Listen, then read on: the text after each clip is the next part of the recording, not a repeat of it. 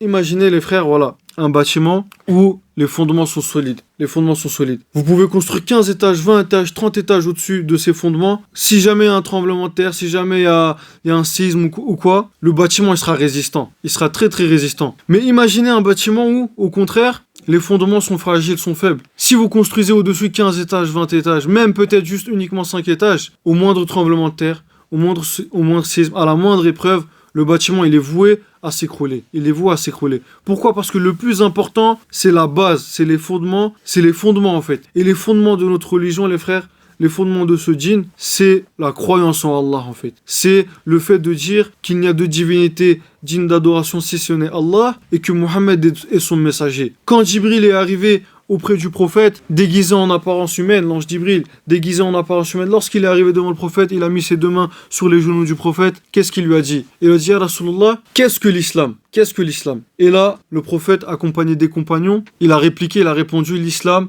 c'est de professer, de dire qu'il n'y a de divinité digne d'adoration si ce n'est Allah, l'unique, et que Mohammed est son messager, son serviteur et son messager.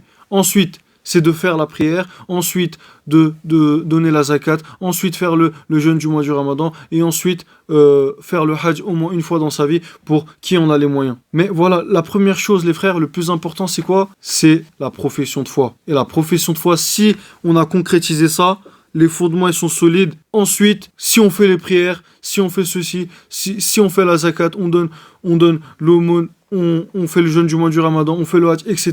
Ces choses-là, ça sera des choses durables, ça sera des bonnes actions durables. Mais si on n'a pas concrétisé le premier pilier de l'islam, on a beau prier, beaucoup par exemple, là je parlais avec un frère en sortant de la mosquée aujourd'hui après la prière du vendredi, la Salat Juma, le frère il expliquait que voilà, je connais telle personne, elle était mariée, c'était une sœur qui était mariée, une femme qui était mariée, elle était Hafiz al-Quran, elle connaissait le Coran par cœur, mais lorsqu'elle s'est mariée, lorsqu'elle a eu certaines épreuves, elle a tout laissé tomber, elle a retiré elle a retiré son voile, elle a arrêté d'accomplir la prière, et etc., jusqu'à ce que voilà, elle a tout laissé tomber, elle a arrêté en fait de croire en Allah en fait, de croire en Allah. Et là, pourquoi les frères? Alors que elle connaissait le Coran du début jusqu'à la fin, elle le connaissait par cœur. Parce que les frères, nous en fait, on n'a pas compris que le but, c'est pas de connaître le Coran par cœur. C'est pas ça le but. Le but, c'est de concrétiser notre foi. Le plus important, c'est notre croyance en Allah. Les compagnons, ils disaient, radiallahu anhum, il disait, nous, jamais on apprenait un verset sans le méditer, sans le comprendre, sans le méditer, sans l'appliquer. Jamais on apprenait un nouveau verset sans avoir médité, appliqué le verset qu'on a déjà appris. Et ainsi de suite. C'est pour cela que quand on regarde la vie des compagnons, mes frères, il n'y a pas 10 millions de hafiz. Ils étaient 114 000 compagnons, les frères. Le jour où le prophète il a fait son sermon d'adieu, ils étaient 114 000. Et vous savez, il y avait combien de compagnons qui connaissaient le Coran par cœur? Les frères, pas beaucoup. Comparé aux 5, peut-être 1000.